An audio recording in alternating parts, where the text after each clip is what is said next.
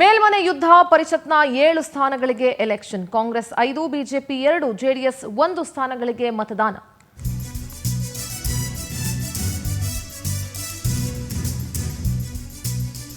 ಏಳು ಸ್ಥಾನಗಳ ಅಖಾಡದಲ್ಲಿ 8 ಅಭ್ಯರ್ಥಿಗಳು ಕಣದಲ್ಲಿದ್ದರು. ವಿಧಾನಸೌಧದಲ್ಲಿ ಅಂತಿಮ ಹಂತದಲ್ಲಿದೆ ವೋಟಿಂಗ್.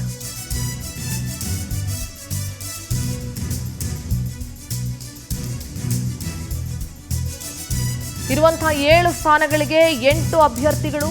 ಕಾಂಗ್ರೆಸ್ 5, ಬಿಜೆಪಿ 2 ಮತ್ತು ಜೆಡಿಎಸ್ 1 ಸ್ಥಾನಗಳಿಗೆ ಮತದಾನ. 7 ಸ್ಥಾನಗಳ ಅಖಾಡದಲ್ಲಿ 8 ಅಭ್ಯರ್ಥಿಗಳು ಕಣದಲ್ಲಿದ್ದರು. ವಿಧಾನಸೌಧದಲ್ಲಿ ಈಗ ಅಂತಿಮ ಹಂತದಲ್ಲಿದೆ ವೋಟಿಂಗ್. ಜಿದ್ದಾಜಿದ್ದಿನ ಅಖಾಡ ಆಗಿತ್ತು. ಅಡ್ಡ ಮತದಾನದ ಭೀತಿ ಮೈತ್ರಿ ಪಕ್ಷ ಹಾಗೆ ಆಡಳಿತ ಪಕ್ಷಕ್ಕೂ ಕೂಡ ಇತ್ತು.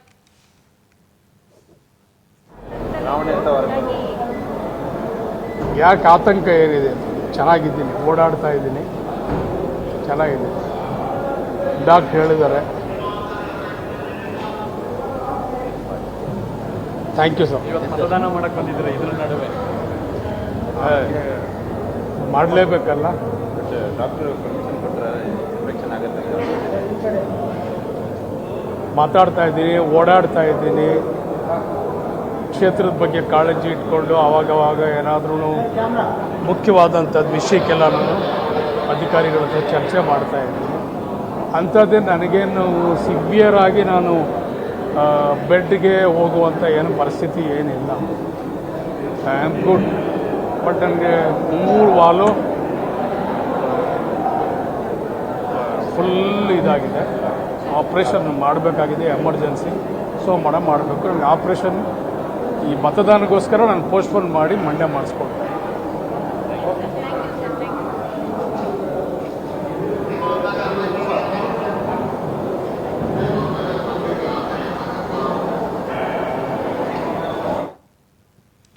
ಏಳು ಸ್ಥಾನಗಳ ಅಖಾಡದಲ್ಲಿ 8 ಅಭ್ಯರ್ಥಿಗಳು ಕಣದಲ್ಲಿದ್ದಾರೆ.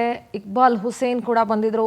ಅವ್ರಿಗೆ ಹುಷಾರಿರಲಿಲ್ಲ, ಎದೆ ನೋವು ಕಾಣಿಸ್ಕೊಂಡಿತ್ತು. ಹಾಸ್ಪಿಟಲಲ್ಲಿ ಟ್ರೀಟ್ಮೆಂಟ್ ತಗೊಳ್ತಾ ಇದ್ರು. ಆಪರೇಷನ್ ಮಾಡಬೇಕಂತ ಕೂಡ ಡಾಕ್ಟರ್ ಹೇಳಿದರು. ಆದರೆ ಅವರೇ ಹೇಳ್ದಂಗೆ ಚುನಾವಣೆಗೋಸ್ಕರ ನಾನು ಆಪರೇಷನನ್ನು ಮುಂದಕ್ಕೆ ಹಾಕ್ತೆ. ಸೋಮವಾರ ನಾನು ಆಪರೇಷನ್ ಮಾಡಿಸ್ಕೊಳ್ತಾ ಇದ್ದೀನಿ. ಸದ್ಯಕ್ಕೆ ನಾನು ಆರಾಮಾಗಿದ್ದೀನಿ, ಪರವಾಗಿಲ್ಲ, ಮತದಾನ ಮಾಡೋದಕ್ಕೋಸ್ಕರ ಬಂದಿದ್ದೀನಿ ಅಂತ ಮಾತಾಡ್ತಾ ಇದ್ರು ಇಕ್ಬಾಲ್ ಹುಸೇನ್. ಹಾಸ್ಪಿಟಲಿಂದ ನೇರವಾಗಿ ಅವರು ವಿಧಾನಸೌಧಕ್ಕೆ ಬಂದು ಮತದಾನ ಮಾಡ್ದಂಗೆ ಕಾಣಿಸ್ತಾ ಇದೆ. ಕಾಂಗ್ರೆಸ್ 5, ಬಿಜೆಪಿ 2 ಹಾಗೂ ಜೆಡಿಎಸ್ 1 ಸ್ಥಾನಗಳಿಗೆ ಚುನಾವಣೆ. 7 ಸ್ಥಾನಗಳ ಅಖಾಡದಲ್ಲಿ 8 ಜನ ಅಭ್ಯರ್ಥಿಗಳಿದ್ರು. ಜಿದ್ದಾಜಿದ್ದಿನ ಕಣ ಆಗಿತ್ತು.